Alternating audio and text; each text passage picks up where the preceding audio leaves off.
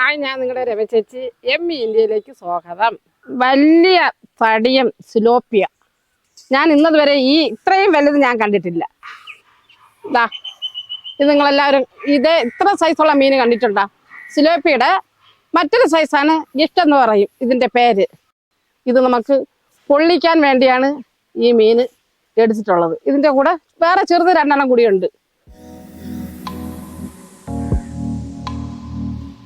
പിന്നീട് 2 ചെറിയ മീനും കൂടി കിട്ടിയിട്ടുണ്ട്.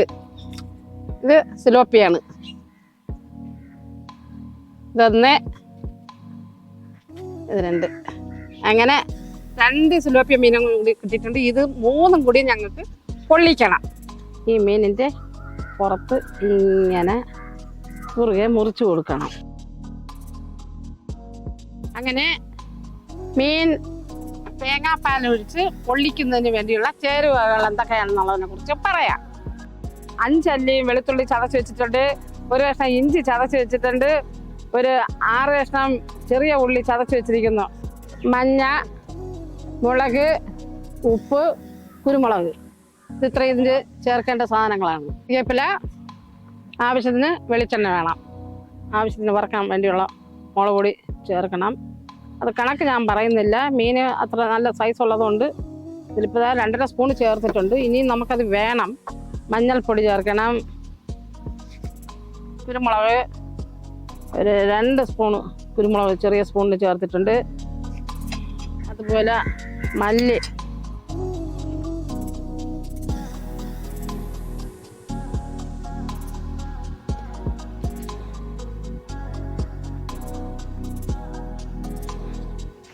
പിന്നെ വിനാഗിരി ആവശ്യമുള്ളവർ ചേർത്ത് കൊടുക്കുക. പക്ഷെ ഞാനിതിൽ വിനാഗിരി ചേർക്കുന്നില്ല. വിനാഗിരി ചേർക്കുമ്പോൾ ഒരു മണവും കാണും, ചെറിയൊരു പുളിപ്പിൻ്റെ ഇതുണ്ട്. പക്ഷെ എനിക്കത് വേണം. ഇനി കുറച്ച് വെളിച്ചെണ്ണ ഒഴിച്ചു കൊടുക്കണം.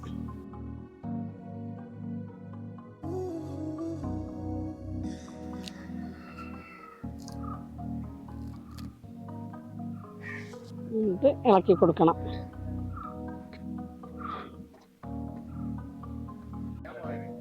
ഇനി കുറച്ച് വെള്ളം ഒഴിച്ചു കൊടുക്കണം.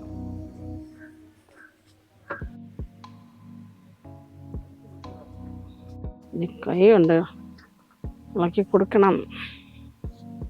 നല്ലപോലെ കൈ കൊണ്ട് കുഴച്ച് എടുത്തു കഴിഞ്ഞ് ഇനി നമുക്ക് മീനിലോട്ട് ചേർത്ത് കൊടുക്കാം.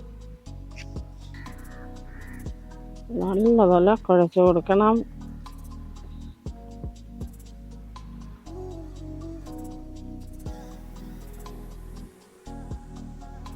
അങ്ങനെ മീനെല്ലാം മുളക് പുരട്ടി കഴിഞ്ഞു. ഇതിനി ഒരു 1/2 മണിക്കൂർ നേരം ഇരിക്കണം. ഇരുന്ന് ഉപ്പും മുളകും എല്ലാം ഈ മീനിലോട്ട് പിടിക്കണം. മീൻ വറുക്കാൻ വേണ്ടി മുളക് പുരട്ടി വെച്ചിരുന്നു. അത് 1/2 മണിക്കൂർ കഴിഞ്ഞ് ഇനി നമുക്കിത് മീൻ വറുക്കാൻ നോക്കണം. മീൻ വറുത്തിട്ടാണ് മീൻ പൊള്ളിക്കേണ്ട വിധം കാണിക്കേണ്ടത്. എന്ന് വെച്ചാൽ മീൻ വറുക്കുമ്പോൾ നല്ലതുപോലെ മൂത്ത് വരേണ്ട ആവശ്യമില്ല. കുറച്ച് മൂപ്പിച്ച് എടുത്താൽ മതി. സ്റ്റൗ കത്തിക്കട്ടെ. ചീനച്ചട്ടി വെച്ച് കൊടുക്കുന്നു. സിലോപ്പിയുടെ ഗിറ്റും അങ്ങനെ വറക്കാൻ ഒരുങ്ങുന്നു. ചീനച്ചട്ടി നല്ലതുപോലെ ചൂടായി. ആവശ്യത്തിനുള്ള എണ്ണ ഒഴിച്ചു കൊടുക്കുന്നു. ഇനി ഒരു 4-5 കൊത്ത് കറിവേപ്പില ഇട്ട് കൊടുക്കണം. വലിയ മീൻ്റെ തലയാണ്. എണ്ണയിലോട്ട് വെച്ച് കൊടുക്കാം. അടുത്തിന് 1 കഷ്ണം കൂടി വെച്ച് കൊടുക്കാം. അതിനുള്ള സ്ഥലമുണ്ട്. ഇത് നല്ലതുപോലെ മൂപ്പിക്കണ്ട. നമ്മൾ പൊള്ളിക്കുന്നതായതുകൊണ്ട് നല്ലതുപോലെ മൂപ്പിക്കണ്ട. കുറച്ച് ഭാഗം മൂത്ത് വന്നു കഴിഞ്ഞാൽ അതുടനെ എടുത്തു മാറ്റുക. ഇനി ഇതൊന്ന് മറിച്ചിടാം. ഇത് കൂടുതൽ മൂപ്പിക്കേണ്ട കാര്യമില്ല. 2 വശവും വെന്ത് കഴിഞ്ഞ് ഇനി ഇതിനെ ഇളക്കിയെടുക്കാം.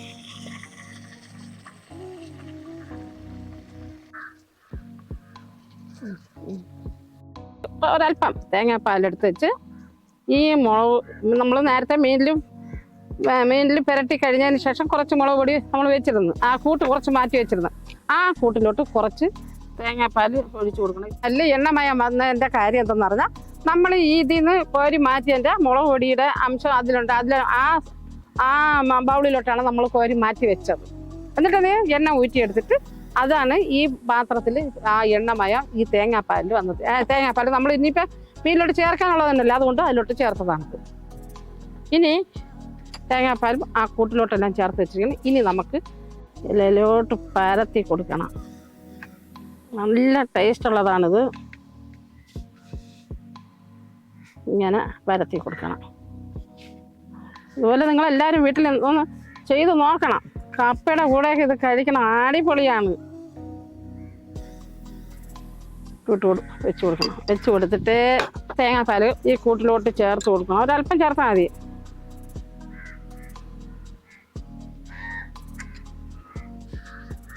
എന്നിട്ട് ഇതിങ്ങനെ പൊതിയണം. നല്ലപോലെ പൊതിഞ്ഞ് കെട്ടണം.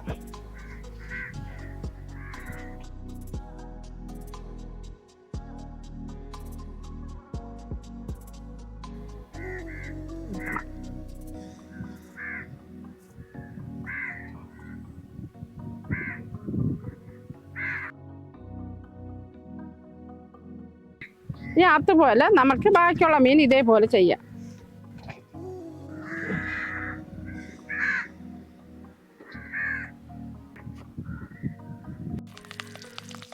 മറിച്ചിട്ട് വേവിച്ച് കഴിഞ്ഞ് ഇനി അതിനെ ഇളക്കിയെടുക്കാം.